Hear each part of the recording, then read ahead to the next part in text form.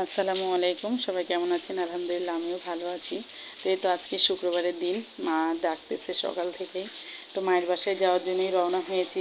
জুম্মার দিন কালকে রাত থেকেই শীত বৃষ্টি শুরু হয়েছে, তো ছুটার কোনো নামই নেই। এই তো গোটা লক্ষ্মীপুর মোড় একদম সব ডুবে গেছে, একদম সেই ভরা পানি, মনে হচ্ছে নৌকাতে যাচ্ছি আর ঢেউগুলো আসতেছে। লক্ষ্মীপুর গোটাই পুরো ডুবে একদম গেছে, আমরা বুঝতেই পারিনি যে বাইরে এতটা পানি।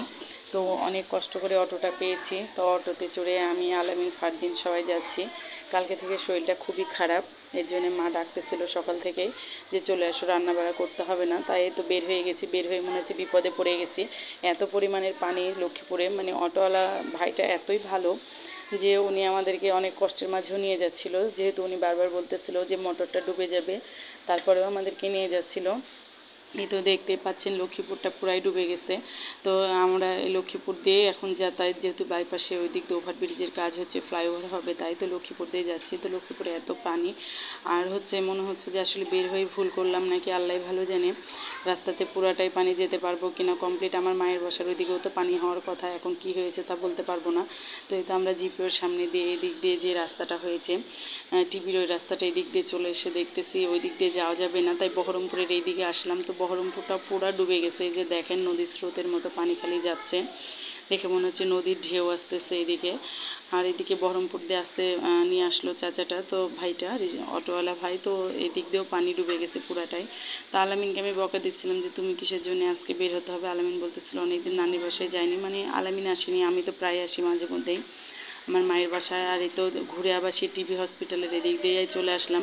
তো এদিক দিয়ে দেখেন মনে হচ্ছে এত পানি, মনে হচ্ছে নৌকাতেই যাচ্ছি এরকম মনে হচ্ছে। তারপরেও কিছু করার নাই, যেহেতু বের হয়েছি, যেতে তো হবে মায়ের বাসায়।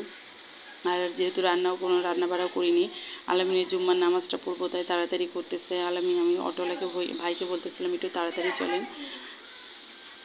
তো যেদিকে তাকাচ্ছি তো পানি আর পানি, শুধু পানি চারিদিকে। এটা টিভি হসপিটালের রাস্তা, এদিক দিয়েও অনেক পানি, সম্পূর্ণ পানি ভরে গেছে। তো আমাদের মসজিদের সামনে বাইপাস থেকে নেমে দেখতেছি আমাদের মসজিদের সামনে অনেকটা পানি হয়ে গেছে। তো মসজিদ থেকে সবাই বের হচ্ছে।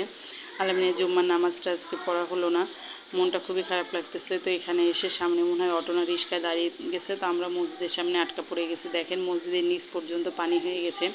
তো সবাই পানি হচ্ছিল না, পানি হচ্ছিল না, এত গরম এত গরম। তা আল্লাহ এমন বৃষ্টি কালকে রাত্রি থেকে দিচ্ছে যে বৃষ্টি আর কোনো ছোটার নামই নেই।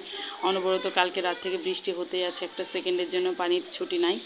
তো এই তো আমার মায়ের বাসার রাস্তাটাও দেখেন সম্পূর্ণ কীভাবে পুরো ডুবে গেছে। এর বৃষ্টি হলে আমার মায়ের বাসা পানি ডুবে যায়। তো এই তো আমরা সবাই চলে এসেছি, আম্মা এদিকে খাবার রেডি করে বসে আছে। আমাদের আসতে দেরি হয়ে যাচ্ছিলো অটো আর পানির জন্য, বৃষ্টির জন্য। তো আম্মা তো এখানে সাদা ভাত রান্না করেছে, আলুর ভাজি করেছে, গোস্ত দিয়ে আলু রান্না করেছে। আলামিন পোলাও খাবে না, তাই আম্মাকে বলেছিলাম সাদা ভাতই করতে। তো এই তো আমার বোনের মেয়ে আমার ছেলেকে, ফারহানকে আসা মাত্র কোলে নিয়ে নিয়েছে। আম্মা সবার জন্য খাবার রেডি করা হয়ে গেছে। তো আমার ভিডিওটা কেমন লাগলো সবাই লাইক কমেন্ট করে শেয়ার করে একটু জানাতে ভুলবেন না। আমাদের সবার জন্য দোয়া করবেন। সবাই ভালো থাকবেন। আসসালামু আলাইকুম, আল্লাহ হাফিজ।